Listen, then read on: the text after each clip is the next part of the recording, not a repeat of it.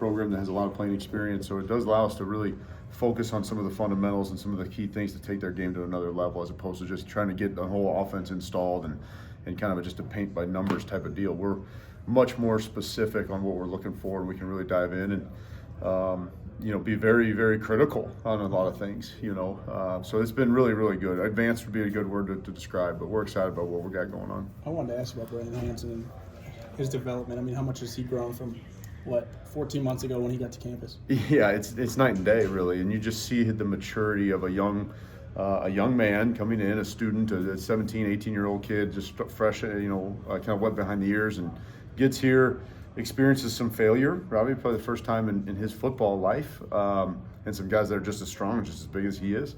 But then, obviously, to travel with us last year as a true freshman, I think he learned from that experience up front, and some of those guys, those vet guys, the guys that were in his shoes, playing in the Chicagoland area, and then coming in here, like guys like Krutzy and Getsky and stuff like that. They can learn from those guys, and then I think to see some of the struggles that maybe Zai had, or see some of the struggles Behen had, and even big time players like Melvin and JC, to see how these guys handle adversity, right? And it's not always going to be just this cookie cutter way to the top. You have to develop, and you have to continue to grow and mature. And I think he's done that very well. I'm very proud of him. I've really seen growth this spring. Coach B and I were just talking about the growth that he's shown. He's not there yet, but he took a massive step this spring, which is really exciting, because that's what we want from him. And I think it's helped push some other guys, Brandon Henderson and even the other guys. Getsky has to stay up, and he's done a great spring too. So I'm pleased with where his development is headed. How often in your coaching career have you maybe had 5 starters return, to have that base to build off for the next year? Not too many times. Certainly not lately. We had some returning guys one year, the year we were at Wyoming. I wasn't with them, but they all had kind of some experience. So them coming back, us putting something together, and we were a really good team. We were up for the Joe Moore there, so that was in 19. But other than that, I don't remember a time where we've had all 5 that have had really significant playing time and starting experience coming back. So, and then we got some young talent, right? And there's some guys that we wish we had a little bit more interaction with this spring. They're recovering from some surgeries, or they're out just with little injuries and things like that. They'll be back and help us this fall. But really for these 5 that have come in, a guy like Brandon Hanson, also, it's been great. It's really, it allows us to kind of not pick up where we left off, but continue to build and grow, not only the offense, but what we're doing up front. And we're challenging them with new things too, and stuff that we can really try to elevate our game and eliminate some of the things we weren't very good at. What's the level of communication between maybe 5 guys that have that much experience playing together next to each other, and just maybe not even communication, but just knowing is like, if it's this situation, I know that JC's going to do this, and like they don't have to. You can just do it and maybe not think about it. Yeah, there's a level of comfort with one another, and the level of communication that actually at times is doesn't help me, because I'm trying to teach the younger guys how to communicate and make the calls, and they, Getsky and JC just know whatever Krutz says, and they can just say, hey, come with me, and they know exactly what to do. Whereas I need the 2 freshmen, right, to be very, very specific in their communication. So, but that's it's a good problem, right? When you have that level of comfort, that level of chemistry up there, they can really work well together, and we can take huge strides, right? So that's what happened on Friday night.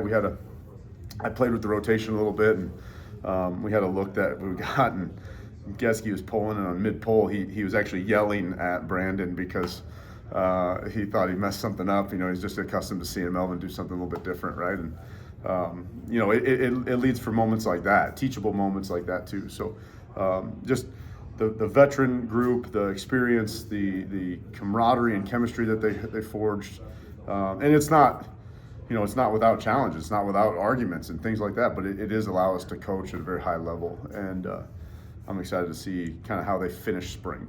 It does strike me like you guys are talking about Brandon Hanson in the way that you talk about Brandon Henderson in the past, a young guy, still raw, but you see flashes. Like, what's the value of having that 6 kind of swing guy who's pushing and elevating while still learning?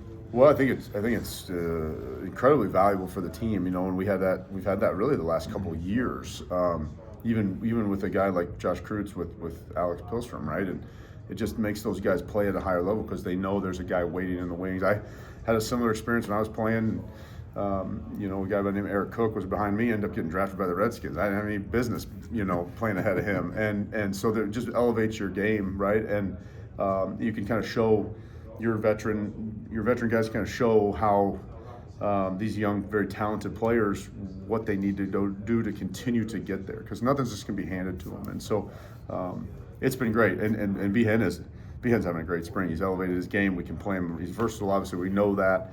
We don't want to punish him for being that way, but he is he's really playing at a high level, and he's really fixed some of the fundamental stuff and the technique stuff that kind of plagued him early on last year, where he wasn't starting, and you saw kind of as his game got better and better as the year went on. Played a pretty good bowl game, and then has kind of hit the ground running a little bit this spring. So I'm excited to see where all 6 of those guys are. Plus, there's other guys obviously that they're getting work, and Aiden just joined us here, but he's been doing great.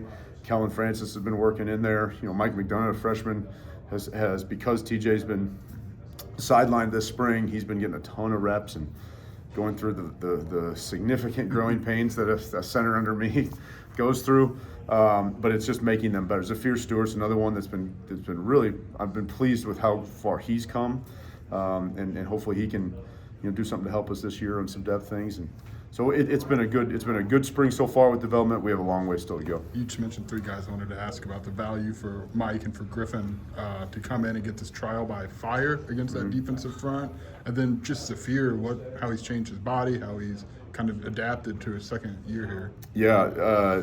First off, the new additions to the defensive front are tremendous players, and it's a challenge every day, right? And even something as mundane as a quick game or something turns into a battle, right? And that's great. I mean, because you got competition, and each practice is a dogfight. And I don't know at times in the past where there has been that consistency across both lines, right? Where you have Johnny, and then you might have a young O lineman, or you have a veteran guy like Palcho and a young D lineman, right? And so now you've got 5 and 5 basically that are high level guys, and that's just making us better, making them better, and that part's been really good. It has challenged some of those young guys, right? And Zafir, for a guy that came in, really underdeveloped physically, has worked to change his body. He still has some, to get in the weight room and get stronger, but he's got very quick feet. He's picked up the offense. We do play on both sides, and he's done a really nice job. He's had a good camp, and again, learning how to compete, learning how to finish, learning how to do some of the things that maybe weren't, he thought he was doing, but not to our standard, right? And so really proud of where he's grown from that standpoint. And then those second group has really been challenged by some of these guys, because now guys that have a lot of playing experience on the D line that are now repping with the second group or the third group, and they're playing in. 3 months ago, they're playing in the bowl game, playing against Northwestern, and here they are playing against my true freshmen now. And so it's a really good trial by fire and baptism by fire for those guys, and that's how you learn, right? You throw them in the deep end, and then we can coach off of that, right? So really, again, very productive spring. We saw last year